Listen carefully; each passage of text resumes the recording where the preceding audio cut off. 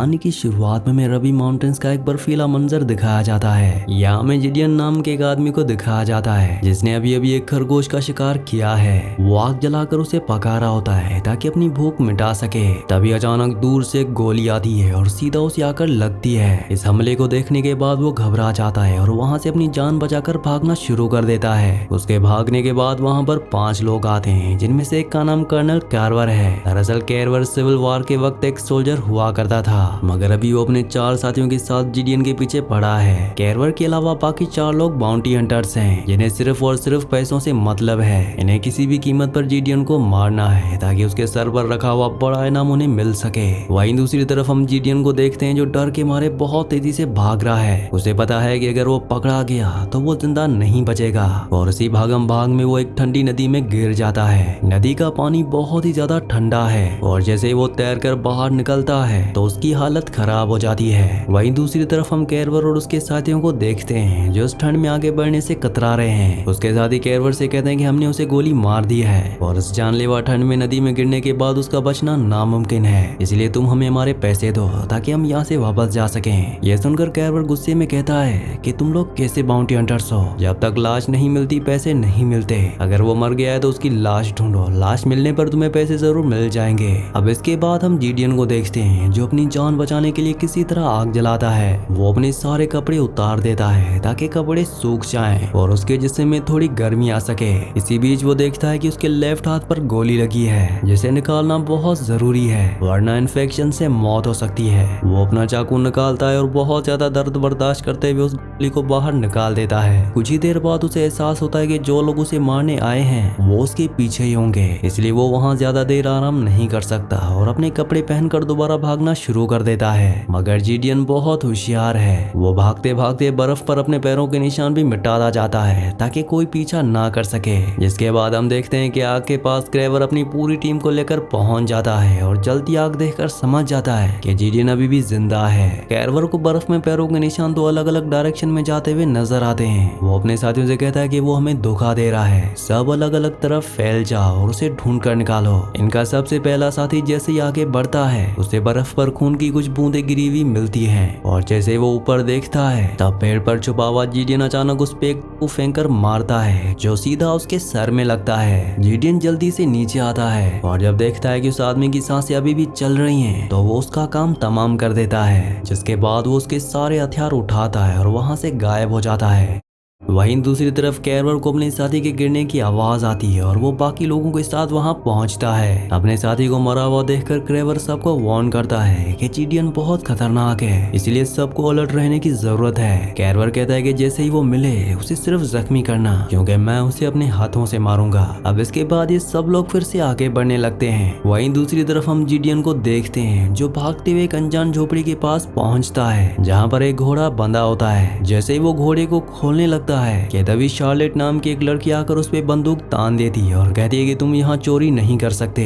तब जिडियन वहीं रुक जाता है। इसी बीच लड़की देखती है कि जिडियन बहुत बुरी तरह जख्मी है और ठंड से कांप रहा है। ये देखकर उसे उस पर रहम आ जाता है और वो अपने भाइयों को बुलाती है जो जिडियन को अंदर ले जाते हैं ताकि उसका इलाज हो सके। जब ये लोग उसका जख्म साफ कर रहे होते हैं तभी शार्लेट के फादर अब्राहम वहाँ आ जाते हैं। बातों ही बातों में जिडियन कहता है कि मेरे पास पैसे हैं, तुम्हारे घोड़े की जो भी कीमत है मैं डबल दूंगा, मुझे बस अपना घोड़ा बेच दो। इब्राहिम इसके लिए मान जाता है और कहता है कि तुम रात में यहाँ रुक सकते हो और सुबह होते ही चले जाना क्योंकि तुम्हारी हालत बहुत खराब है। जिडियन भी यही चाहता था और वो उसकी बात मान लेता है। वीडियो में आगे बढ़ने से पहले आप सबसे रिक्वेस्ट है कि आप में से बहुत सारे व्यूवर्स वीडियो तो देखते हैं लेकिन चैनल को सब्सक्राइब और वीडियो को लाइक नहीं करते, तो आप सबसे रिक्वेस्ट है कि चैनल को सब्सक्राइब और वीडियो को लाइक लाजमी से कर दिया करें। वहीं दूसरी तरफ हम कैरवर और उसके साथियों को देखते हैं। उन्होंने हर तरफ ढूंढ लिया लेकिन जिडियन उन्हें कहीं नजर नहीं आया, पर फिर भी ये लोग हार नहीं मानना चाहते। रात होने पर हम जिडियन को देखते हैं जो अपनी पास्ट लाइफ को याद करके बुरी तरह रो रहा होता है, यानी कि उसने पास्ट में कुछ ऐसे बुरे काम किए थे जिनका बोझ और गिल्ट आज भी उसका पीछा नहीं छोड़ रहा है। अगली सुबह कैरवर अपने सारे साथियों के साथ उस झोपड़ी तक पहुंच जाता है मगर जिडियन वहां नहीं होता। जब कैरवर घर वालों से पूछता है कि वो आदमी कहाँ है तो शार्लेट झूठ बोलती है कि वो सुबह सुबह घोड़ा चुरा कर भाग गया। कैरवर गुस्से में भड़क जाता है और कहता है कि मुझसे झूठ मत बोलो, मुझे बताओ कि वो किस तरफ गया है। कैरवर धमकी देता कि सच बताओ वरना मैं तुम्हारे भाई को मारूंगा और तुम्हें अपने एक खतरनाक आदमी के हवाले कर दूंगा। मगर इतना डराने के बाद भी शार्लेट कुछ नहीं बताती, जिसके बाद कैरवर यहाँ से निकल जाता है क्योंकि वो मासूम लोगों को नुकसान नहीं पहुंचाना चाहता। वहीं हम जीडियन को देखते हैं जो घोड़े पर काफी दूर आ चुका है। जब वो घोड़े को रोकता है तो उसे उसमें रखा हुआ खाना मिलता है जो शार्लेट ने उसके लिए छुपाया था। खाना खाते वक्त वो सोचने लगता है कि आखिर ये लोग हैं कौन जो पागलों की तरह उसके पीछे पड़े हैं। वो फैसला करता है कि सबसे पहले इन दुश्मनों का पता लगाना जरूरी है, इसलिए वो जानबूझकर वहाँ आग जलाता है ताकि उसका धुआं ऊपर आसमान में जाए। कैरवर दूर से इस धुएं को देखकर समझ जाता है कि जीडियन वही है और जीडियन भी यही चाहता था। कुछ देर बाद कैरवर का पूरा ग्रुप उस के पास पहुंच जाता है और जीडियन दूर अंधेरे में छुप कर उन्हें देख रहा होता है। देखते ही देखते रात हो जाती है और कैरवर की टीम आग के पास बैठ जाती है। तभी कैरवर अचानक पीछे से आकर जीडियन पर बंदूक तान देता है। जीडियन उसे सिर्फ एक सवाल पूछता है कि तुम कौन हो और मुझे क्यों मारना चाहते हो। तब कैरवर कहता है कि सेराफिम फॉल्स। ये नाम सुनते जीडियन के होश उड़ जाते हैं। जीडियन समझ जाता है और कहता है कि इसका मतलब तुम कर्नल कैरवर हो। कैरवर कहता है कि हाँ तुम सही समझे। पर तभी जीडियन उसे चकमा देकर वहाँ से अंधेरे में गायब हो जाता है। कैरवर वापस अपने साथियों के पास आता है और अलर्ट करता है कि जीडियन यहीं आसपास है और किसी भी वक्त हमला कर सकता है। वहीं दूसरी तरफ हम जीडियन को देखते हैं जो वहाँ से भाग रहा होता है। तभी उसकी नजर एक मरे हुए भालू पर पड़ती है जो एक ट्रैप में फंसकर मर चुका होता है। जीडियन जल्दी से उस ट्रैप को निकालता है और आगे जाकर बर्फ के रास्ते में छुपा देता है। कुछ देर बाद जब कैरवर का ग्रुप वहाँ से गुजर रहा होता है तो उनका दूसरा साथी उस ट्रैप में फंस जाता है। वो बियर ट्रैप सीधा उसकी में घुस जाता है और वो दर्द से बुरी तरह तड़पने लगता है। कैरवर ये देखकर समझ जाता है कि अब ये जिंदा नहीं बचेगा और उसकी मौत बहुत दर्दनाक होगी। अपने साथी को इस तरह से तड़पता हुआ देखकर कैरवर अपनी बंदूक निकालता है और उसे खुद ही मार देता है ताकि उसकी मौत आसान हो जाए। ये खौफनाक मंजर देखकर उसके बाकी दो साथी पूरी तरह डर जाते हैं। वो कैरवर से कहता है कि तुमने बताया नहीं था कि ये आदमी इतना खतरनाक है, हम अब आगे नहीं जाएंगे। कैरवर कहता है कि अगर जाना है तो जाओ, मगर दोनों घोड़े मेरे हैं, इन्हें यहीं छोड़कर पैदल जाओ। कैरवर उन्हें समझाता है कि हमारे साथी अपनी गलती से मरे हैं क्योंकि यहाँ हर वक्त अलर्ट रहना पड़ता है। वो कहता है कि जो दो लोग मर गए अब इनका पैसा भी हम तीनों में बराबर बटेगा, जिससे इनका लालच फिर जाग जाता है। कैरवर कहता है कि अगर जीडियन शहर तक पहुँच गया तो हम उसे कभी नहीं पकड़ पाएंगे, इसलिए उसे इस जंगल में ही मारना होगा।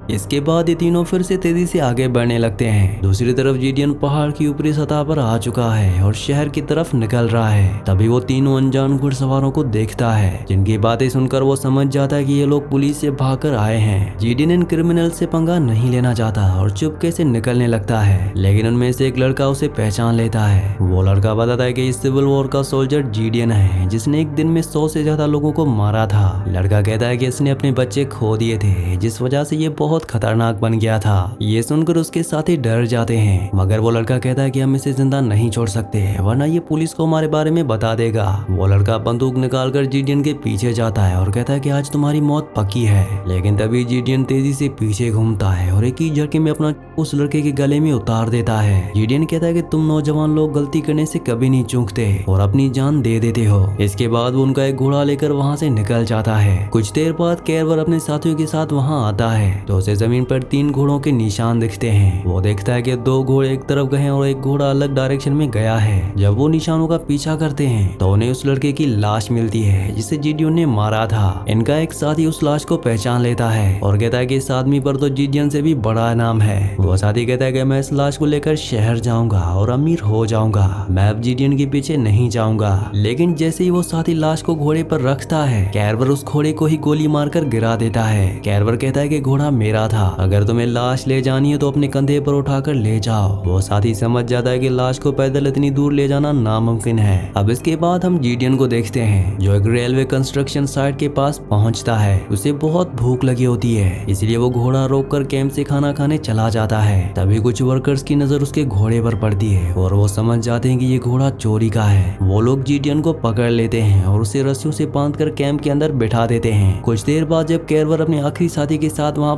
पहुंचता है तो उसे पता चलता है कि एक चोर को बांधा गया है। लेकिन इससे पहले कि कैरवर उसे चेक करता, जीडियन अपने चाकू से रस्सी काट लेता है और जल्दी से एक नया घोड़ा लेता है और वहाँ से भाग निकलता है। कैरवर को जब ये पता चलता है तो वो अपने आखिरी साथी के साथ दोबारा उसका पीछा करना शुरू कर देता है। वहीं दूसरी तरफ जीडियन घोड़े को बहुत तेजी से भगाता जा रहा है और कैरवर उसका पीछा कर रहा होता है। कुछ घंटों की भारी थकन की वजह से जीडियन का घोड़ा पूरी तरह से निढाल हो जाता है और जमीन पर गिर जाता है। घोड़ा अपनी आखिरी सांसें ले रहा होता है और दर्द से तड़प रहा होता है। जीडियन से ये देखा नहीं जाता, इसलिए वो उसे गोली मारकर इस दर्द से आजाद कर देता है।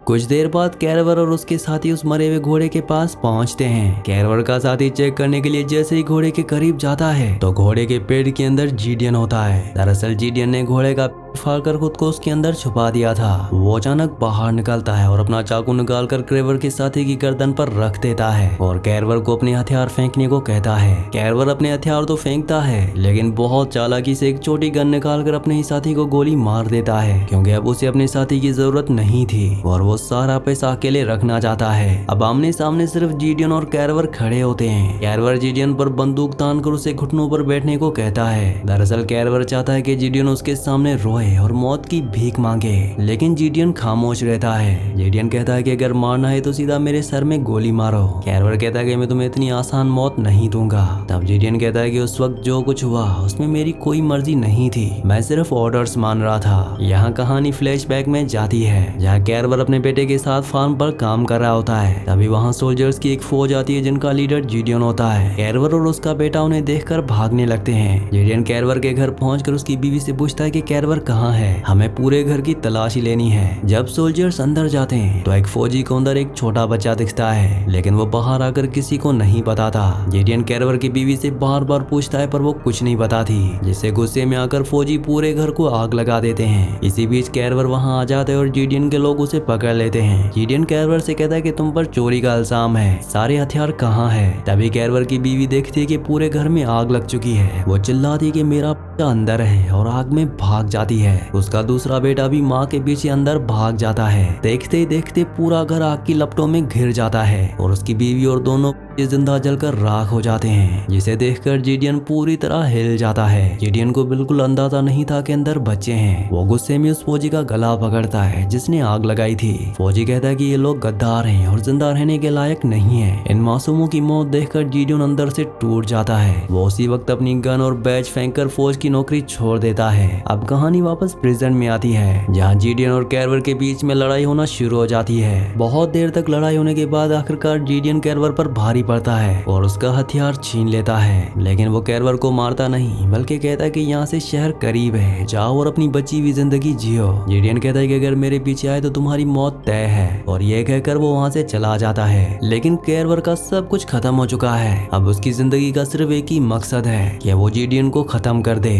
कैरवर दोबारा उसके पीछे निकल पड़ता है। तभी हम जीडियन को एक बंजर पहाड़ी पर देखते हैं, जहाँ एक औरत अपनी बग्गी के साथ होती है। जीडियन उसे घोड़ा देकर बदले में अपनी बंदूक के लिए एक गोली ले लेता है। कुछ देर बाद जीडियन देखता है कि कैरवर उसके ठीक पीछे खड़ा है और उसके हाथ में भी बंदूक है। दोनों एक दूसरे पर बंदूक तान लेते हैं और गोली चला देते हैं, जिसमें कैरवर जख्मी होकर जमीन पर गिर जाता है। जीडियन बंदूक लेकर उसके पास आता है। कैरवर उसकी तरफ देखकर कहता है कि मुझे भी मार दो ताकि ये किस्सा हमेशा के लिए खत्म हो जाए। जीडियन उदासी से कहता है कि मुझे सच में नहीं पता था कि अंदर तुम्हारा बच्चा है, मैं किसी की जान लेने नहीं आया था। जीडियन कहता है कि जब से तुम्हारी फैमिली मरी है मैं एक रात भी सुकून से नहीं सो पाया हूँ। ये कहकर वो अपनी बंदूक कैरवर के हाथ में दे देता है और कहता है कि तुम मुझे मार दो ताकि ये कहानी यहीं खत्म हो जाए। मगर अब कैरवर की हिम्मत जवाब दे जाती है और वो गोली नहीं चला पाता। ये दोनों अंदर से हार चुके होते हैं। जीडियन उसकी हालत देखकर उसे अपना बचा हुआ पानी पिलाता है और ये दोनों वहाँ से खड़े हो जाते हैं। अब ये दोनों फिजिकली और मेंटली पूरी तरह टूट चुके हैं। इनकी जिंदगी में कोई मकसद बाकी नहीं बचा।